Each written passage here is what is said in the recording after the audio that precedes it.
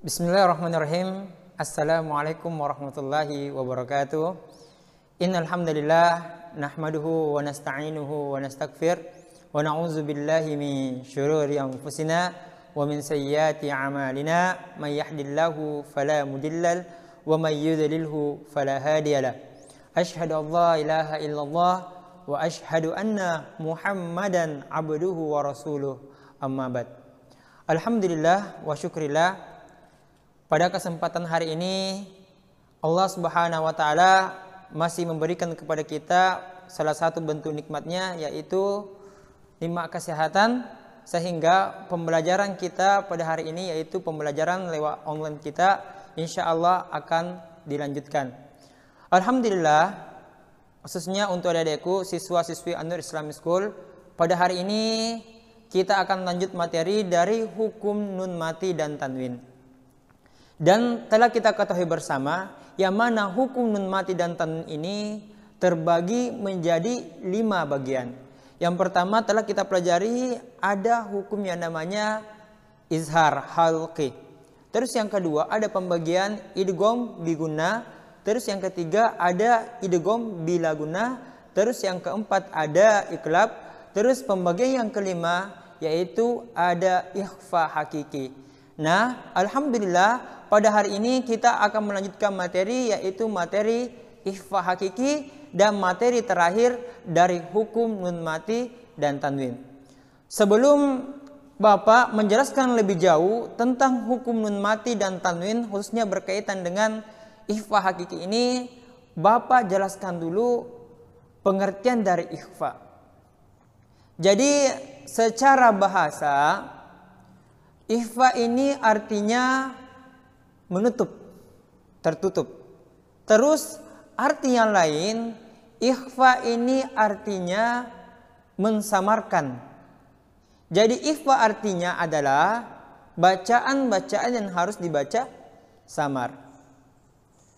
Adapun secara istilah, pengertian dari ikhfa ini adalah apabila ada nun mati, kita telah bersama nun mati seperti apa, atau biasa dikenal dengan nun sukun. Apabila ada nun mati atau nun sukun dan tanwin bertemu dengan huruf-huruf ikhfa. Huruf-huruf ikhfa ini telah kita ketahui bersama ada berapa? Ada 15. Maka cara membacanya harus disamar-samarkan disertai dengan gunnah dengan tempo 2 ketukan atau 2 harokat. Oke, seperti itu. Adapun huruf-huruf ikhfa hakiki ini ada 15. Jadi huruf yang pertama ada huruf ta, yang kedua ada huruf tha, yang ketiga ada huruf ja, yang keempat ada huruf dal, yang kelima ada huruf zal, huruf za, huruf sa, huruf sya, huruf sad, huruf adha, huruf ta, huruf za, huruf fa, huruf qaf, dan huruf yang ke-15 adalah ada huruf kaf. Jadi adik-adikku ada 15 huruf.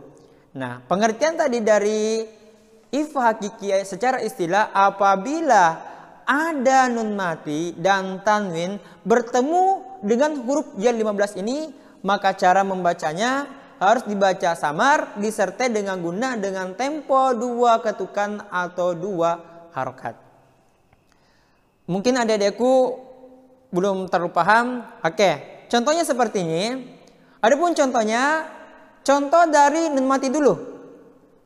Contohnya min sultanin.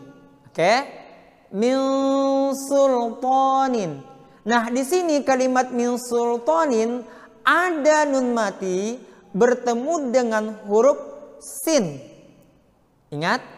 Jadi huruf nunnya ini dimasukkan ke huruf sinnya. Jadi disamar-samarkan. Nah, ketika nanti dimasukkan di sini harus ditekuk 2 harokat. Nah, jangan sampai di antara adik-adik ada yang membaca contohnya seperti ini. Min sultanin. Oke, udah dimasukkan, akan tetapi ketika dibaca tidak ditekuk 2 harokat atau 2 ketukan, maka itu salah. Jadi cara membacanya harus ditekuk 2 harokat. Jadi itu suara menghampiri huruf N dan huruf NG. Ya, menghampiri huruf N dan NG. Bapak contohkan cara bacanya sekali lagi. Min sultanin. Jadi tidak boleh dibaca min sultanin, itu salah. Akan tetapi cara membacanya menghampiri antara huruf N dan huruf G. Jadi penggabungan antara huruf N dan huruf G. Jadi di tengah-tengah. Seperti itu. Ingat seperti itu. Terus contoh yang kedua, contoh dari tanwin.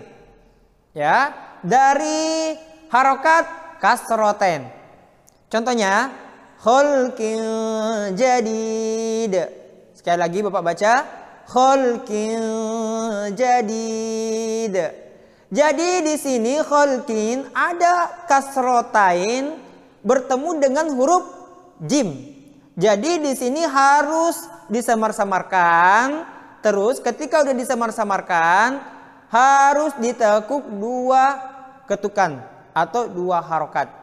Jadi tidak boleh sampai 4. Nah, itu salah. Seperti itu. Jadi ini contoh dari tanwin.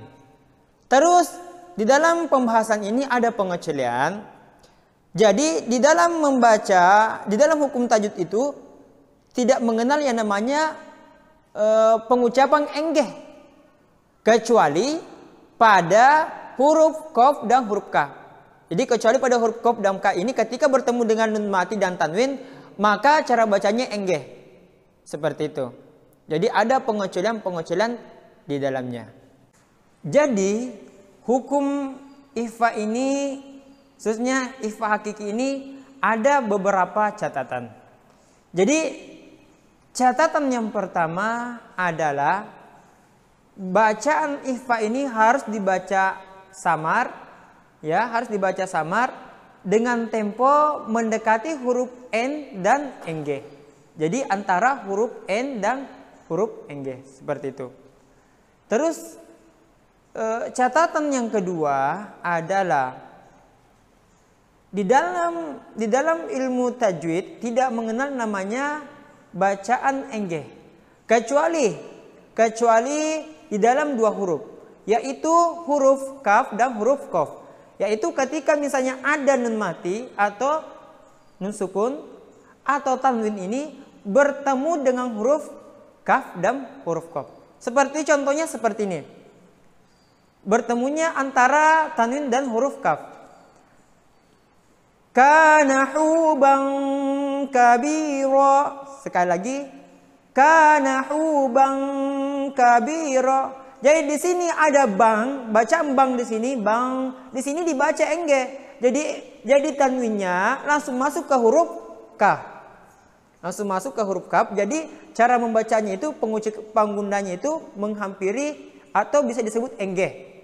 Seperti itu. Sekali lagi Bapak baca kana huban kabira. Jadi tidak boleh dibaca kana huban kabira, salah.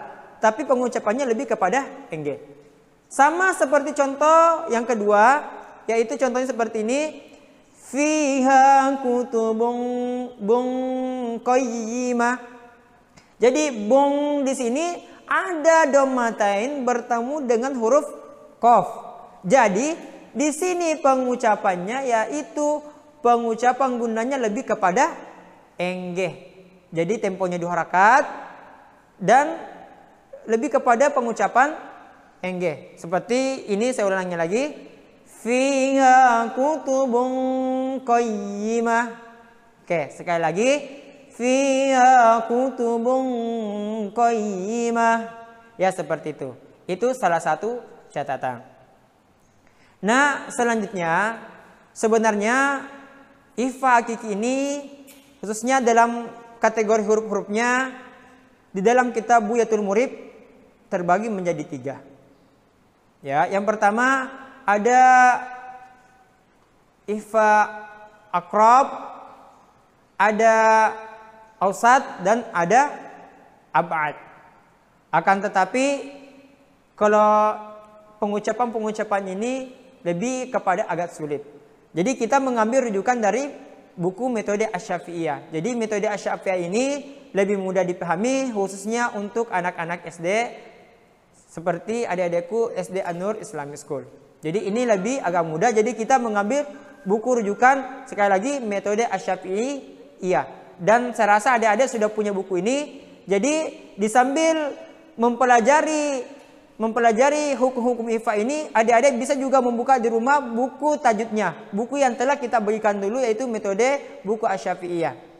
Jadi saya mohon apa yang dipelajari hari ini khususnya materi IFA hakiki betul-betul dipahami, kalau perlu dihafalin, dan kalau belum paham bertanya sama orang tuanya, dan kalau belum paham lagi boleh bertanya sama guru tahsin dan tahfiznya, dan boleh juga melihat buku rujukannya yang telah dibagikan dulu. Jadi mungkin cukup sekian dari Bapak. Apabila ada penyampaian dari Bapak kurang berkenan atau masih kurang, Bapak mohon maaf yang sebesar-besarnya. Walillahi taufiq was hidayah. Wassalamualaikum warahmatullahi wabarakatuh.